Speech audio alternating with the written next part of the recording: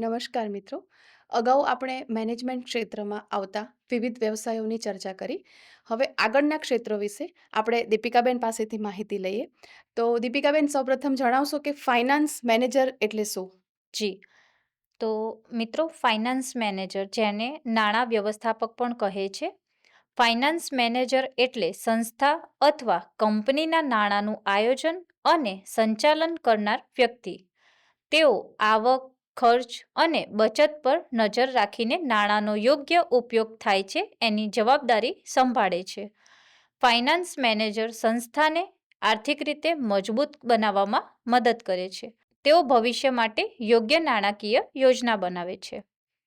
ટૂંકમાં કહું તો કંપનીના નાણાકીય સાધનોના વિતરણ માટે કે તેના બજેટ તૈયાર કરવા માટે જે જવાબદાર હોય તેને ફાઇનાન્સ મેનેજર કહેવાય છે.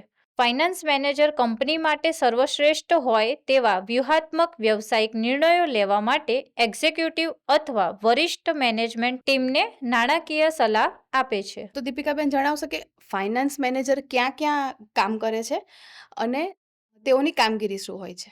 જી, તેમની કામગીરીની વાત કરું તો કંપનીના પૈસાનું આયોજન અને નિયંત્રણ કરવું, બજેટ બનાવવું અને ખર્ચ પર નજર રાખવી, નફો નુકસાનનું વિશ્લેષણ કરવું, રોકાણ અને ફંડિંગ સંબંધિત નિર્ણયો લેવા, આર્થિક અહેવાલ તૈયાર કરવા, ટેક્સ અને કાનૂની નિયમોનું પાલન કરવું, જોખમ ઘટાડવા માટે આયોજન કરવું વગેરે ફાઇનાન્સ મેનેજરની કામગીરી હોય છે.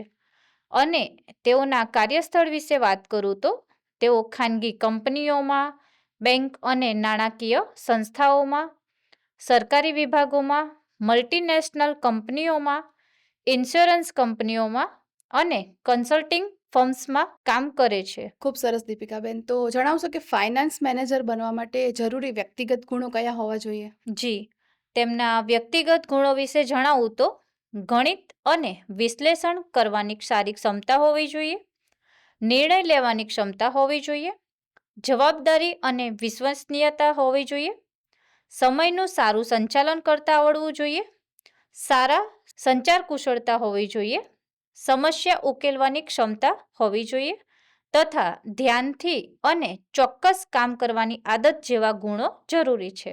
સારી સંચાર કુશળતા હોવી જોઈએ. તો દીપિકાબેન, ફાઇનાન્સ મેનેજર બનવા માટે જરૂરી લાયકાત શું હોય છે અને તેની ભરતી પ્રક્રિયા શું હોય છે તે વિશે જણાવો. જી, તો સૌપ્રથમ જો શૈક્ષણિક લાયકાતની વાત કરું તો કોઈ પણ વિદ્યા શાખામાં ધોરણ 12 પૂર્ણ કરો. વિજ્ઞાન પ્રવાહ કે વાણિજ્ય પ્રવાહ વધારે ઈચ્છનીય છે. પોસ્ટ મેનેજમેન્ટ કે એકાઉન્ટિંગ, ફાઇનાન્સ કે બિઝનેસ અથવા એકાઉન્ટમાં સ્નાતકની ડિગ્રી પૂર્ણ કરો અથવા CMA કે સ્નાતકની ડિગ્રી મેળવ્યા પછી CFA, જેને ચાર્ટેડ ફાઇનાન્શિયલ એનાલિસ્ટ કહે છે, અથવા તો MBA ફાઇનાન્સ કે MA અને MSc જેવા વિષયમાં અનુસ્નાતકની ડિગ્રી મેળવો. અને તેમની ભરતી પ્રક્રિયાની વાત કરું તો સંબંધિત ડિગ્રી મેળવવી, જેમ કે BCom, MCom, MBA in finance. ત્યારબાદ નોકરી માટે સૌપ્રથમ અરજી કરવી. અરજી ઓનલાઈન કે ઓફલાઈન કરી શકો છો.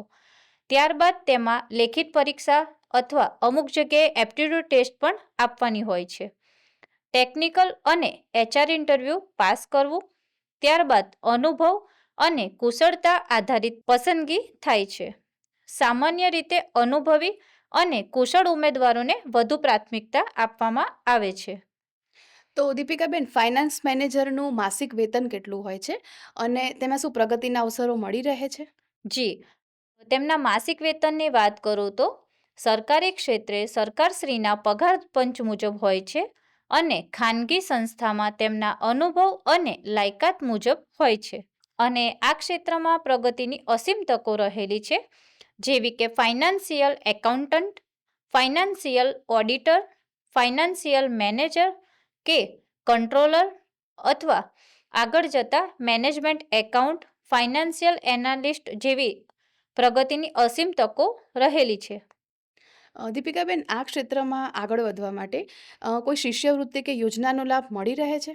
જી હા, ઉચ્ચ અભ્યાસ માટે રાષ્ટ્રીય શિષ્યવૃત્તિ પોર્ટલ, સ્કોલરશિપ પોર્ટલ તેમજ શૈક્ષણિક લોન મેળવવા માટે પીએમ વિદ્યાલક્ષ્મી પોર્ટલ ઉપરથી માહિતી તમે મેળવી શકો છો.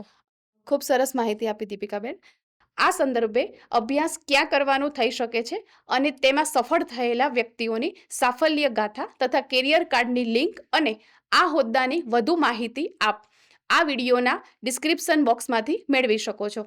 આશા છે કે આ મહત્વપૂર્ણ માહિતી આપને ખૂબ જ ઉપયોગી થશે. ધન્યવાદ.